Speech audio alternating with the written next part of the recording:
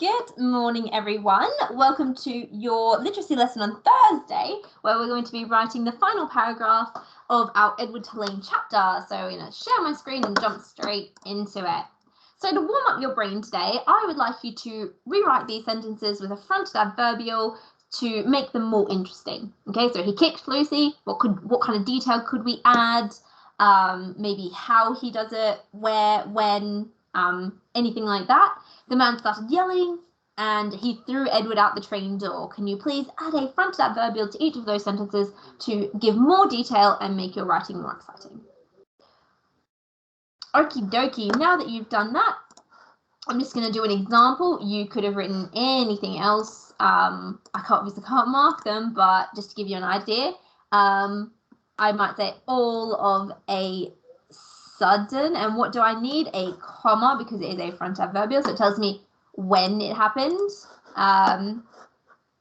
So we might say aggressively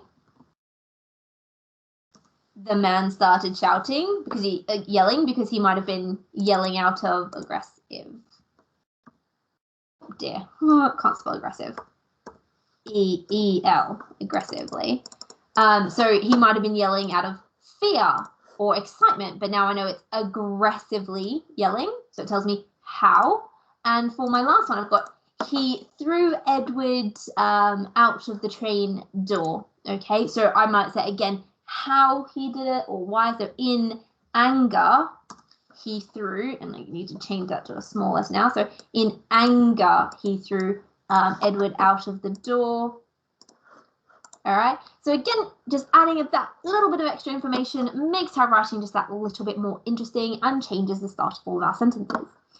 So we are writing the final paragraph in our missing chapter. Just to remind ourselves, what is the purpose of a fiction text?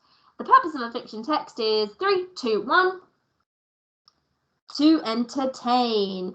And who is our audience for these sorts of fiction texts? 3, 2, 1. Children. Hopefully you got those both right. So today we are writing our fifth and final paragraph where we're going to describe how Edward has to say goodbye. Well, he doesn't really get to say goodbye, but he has to leave Lucy and Bull, and it's incredibly sad. So yesterday we were writing about how the man found Edward, Bull and Lucy on the train. He was incredibly angry to have found them there. He kicks Lucy, or maybe he rips off his blanket, whatever you wrote about, okay? So today this man is gonna realize that Edward is there, get incredibly unhappy about that, and do something to Edward that means that Edward is no longer with Lucy and Bull, ready to find his new owner in our next chapter. So remind yourself of the original story. How did Edward leave Bull and Lucy? So you can pause the video if you need a bit of extra time. But basically, the man will spot Edward, pick him up, and hurl him out of the train. Okay? So you're going to be writing that final bit of your paragraph today, and you're going to make sure that the reader understands that the man is going to pick up Edward, toss him away. He is definitely no longer with Bull and Lucy. So let's have a look at our original text. So reminding yourself that Lolly had walked in, found Edward, was unhappy to see him, and tossed him onto the couch. And it says, after dinner, Lolly said goodbye and sneakily picked up Edward on her way out. Let's put you back where you belong. Holding Edward by the ears, she marched outside and hauled him into the rubbish bin. What's going on? Edward thought to himself. Before he knew it, he was being emptied into the truck. So having a look at our fronted adverbials, what do the fronted adverbials do? How do they make the writing better? So you can pause the video and discuss it with somebody nearby you, or just say it out loud to yourself and come back and press play once you've done that. Okay, well, the fronted adverbials, after dinner, holding Edward by the ears, and before he knew it, they sort of tell me a bit more information about what is going on, how it is happening, and when it is happening. So I know it's after dinner. That tells me a when. It is a when fronted adverbial. We've got holding Edward by the ears. That tells me how, the manner in which it's happening. And before he knew it, okay, that tells me the speed at which it's happening, okay, so that I know it's quite a quick action. All right, so we're going to be using fronted adverbials today to make our writing more interesting. So our paragraph is going to follow these 4 sentence structures. 1, what's going to happen to Edward? 2, how does that person, the train conductor, discard Edward? 3, what is Edward thinking? And 4, where does Edward end up to be found by his new owner? Okay, so our first sentence is, what happens to Edward? So in the original text it says, after dinner, Lolly said goodbye and sneakily picked up Edward on her way out. Let's put you back where you belong. All right, so the speech in this text here, does it move the story forward or tell me what the character is thinking? Well, actually, this is both. It tells me that this person, Lolly, is about to move Edward, so I know he's going to change location, so it's moving the story along. But it also gives me an idea about what she's thinking. She obviously doesn't like Edward, and that's why she's going to get rid of him. So maybe we could start with a frontal adverbial such as wondering why they had a toy with them. The man picked up Edward. Poking Edward with his boot. He scowls towards the toy. Or confused or spotting Edward. Okay, so I'm going to come across to my paragraph. I'm going to write the day and date so that I know it is a new date. So today's day is Thursday, the 3rd February 2021. And of course, we need a line underneath that, so it's beautiful presentation, to separate that one. All right, so my character, what is going to happen to them? Okay, so I can use a bit of speech here and a bit of action to say what is going to happen to Edward. So you might start with a nice frontal adverbial about how, to add the feeling, to say the manner in which he does it. So, looking confused.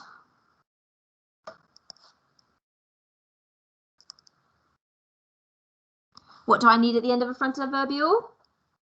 Comma to separate. Looking confused, the man poked Edward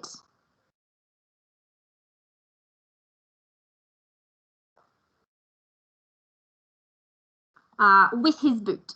With his boot. So it shows me he doesn't like Edward, because if he enjoyed it, he would have maybe bent down, touched him, but he kicks him with his toe. So quite rude. Okay. And what's he's going to say something. The man poked at Edward with his boot and bent down to pick him up.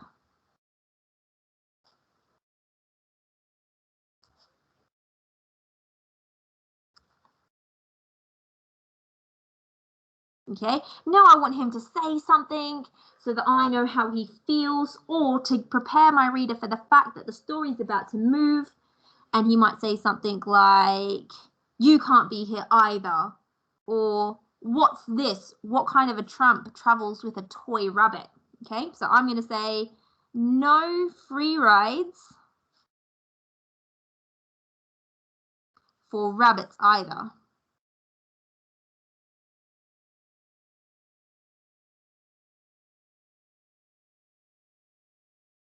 Okay, I need a punctuation, speech marks. Okay, I'm not going to add a reporting clause. You might say snarled the man, or he muttered towards Edward. I'm not going to, because it's clear that the man is the one speaking, because I've already prefaced it by saying the action before the speech. But you could add something here about who said it and how he said it. All right, so I'm going to leave this screen on. I would like you to pause the video, and I would like you to write 1 or 2 sentences, including some speech, that show what happens to Edward. Okay, now that you've written that sentence, we're going to continue on to the second part of our paragraph, showing how is Edward discarded. So in the original text, Lolly, we have him, and she says, or she is holding Edward by the ears. She marched him outside and hauled him into the rubbish bin. So again, we've got these nice strong words, marched and hauled, not she walked and put him in the rubbish bin. She marched out, like within purpose. and she hauled him, which is like a big throw, like intentional, into the rubbish bin.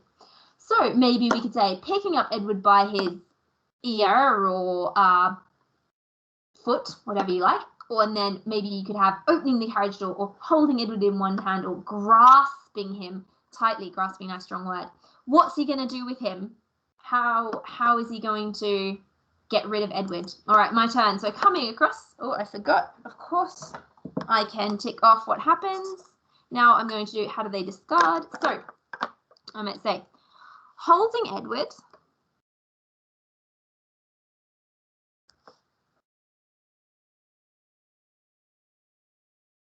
by one of his china legs,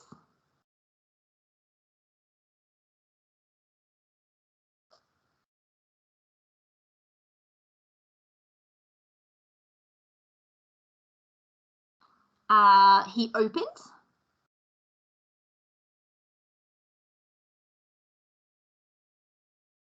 the carriage door. If we're going to be using carriage, making sure we're spelling it correctly, C-A-R-R-I-A-G-E. Carriage doors. And I want to use a strong word here. He didn't just throw him. He flung him. He hauled him. He tossed him. I'm going to say, and flung him out. Okay? So, writing this sentence, I'm going to leave this screen on. Can you please pause the video now and write the way in which the train conductor gets rid of Edward? Come back and press play once you've done that. Okie dokie, on to our next part of the paragraph is, well, what is Edward thinking as he is thrown out? So in the original text, Edward thought to himself, what is going on? Okay, so maybe we could have something like, what is happening? Edward wondered. Is this going to hurt? He thought. Not again. Edward screamed in his mind, again using that nice strong vocabulary words there. Okay, so I'm going to come across to my book and I'm going to use some speech punctuation to start myself off. So start of my speech needs speech marks, capital letter. So no, Lucy, bull. And then I need speech marks to close. So just showing that he's thinking, because as he's flying through the air, he might not be able to think of a full sentence. Oh no, I'm going to miss Lucy and Bull. No, he literally just thinks, no, Lucy, Bull, as he tumbles through the air. Edward shouted in his mind.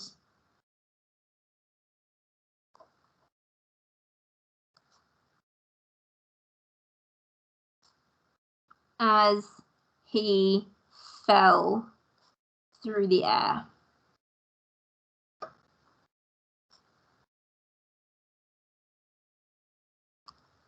Okay, so I've got my speech. He shouted, nice strong vocabulary there. His mind, as he fell, maybe you could use a stronger word there, through the air. All right. Let me tick that off. Sorry, he's just been discarded. What is he thinking? All right, I'm going to put this screen back on. I'd like you to pause the video, write in a bit of speech that tells me what Edward is thinking, and come back and press play once you've done that.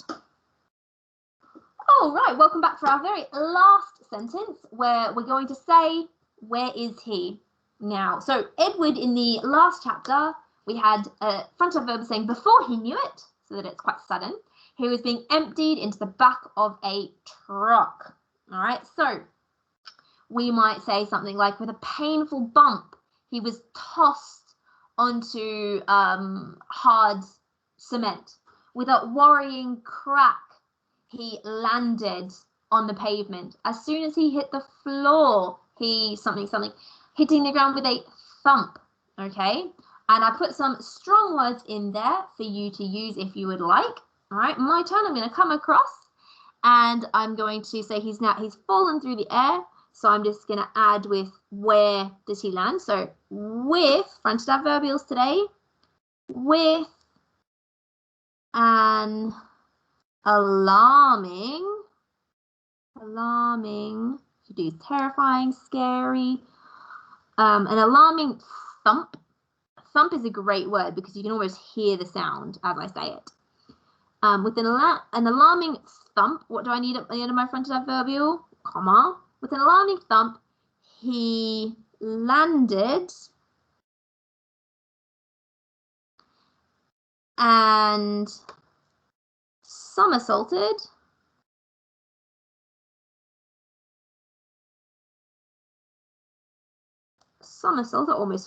almost put that in there. Somersaulted down a hill. So really think about, where is your character going to end up? Is he on the pavement? Is he in a field?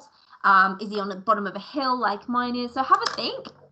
I can tick off, where does he end up? So I'd like you to pause the video now, write that final sentence. Where is he? Using that strong vocabulary.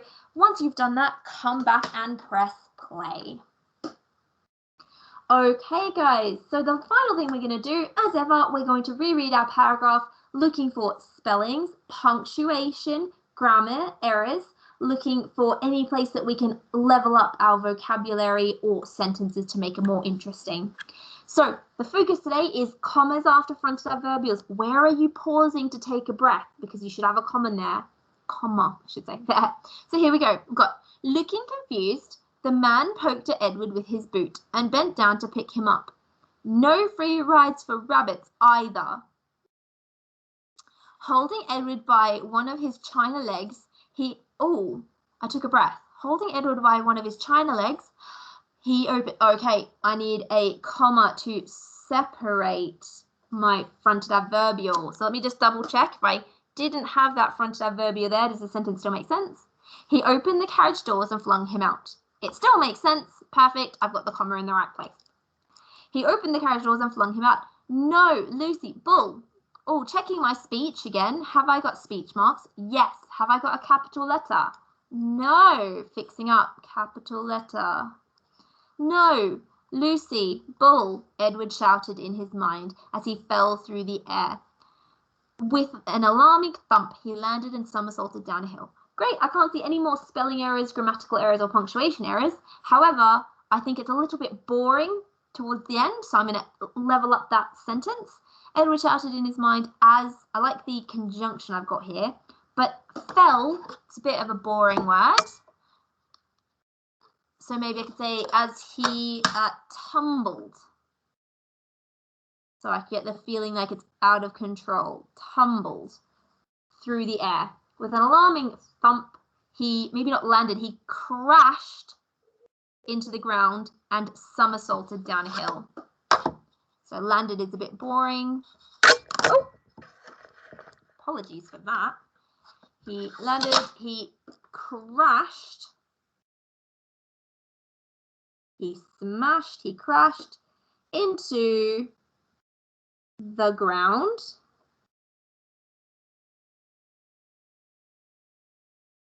And somersaulted downhill. Lovely. This paragraph is much more interesting. I have edited my paragraph. So it is your turn. Can you please edit your paragraph? Once you've done that, take a picture, upload it onto Seesaw that your teacher can see it and give you some feedback. And that is the end of writing our paragraph for the Missing Edward Tulane chapter. So tomorrow's lesson is going to be planning out our next paragraph, what we're going to be writing about next week. And then next week, we're just going to spend the entire week writing your own version of a chapter from Edward Tulane. I hope you've enjoyed writing about Edward Tulane. I look forward to seeing you tomorrow when we plan our lesson, and I hope you have a lovely afternoon. See you tomorrow. Bye.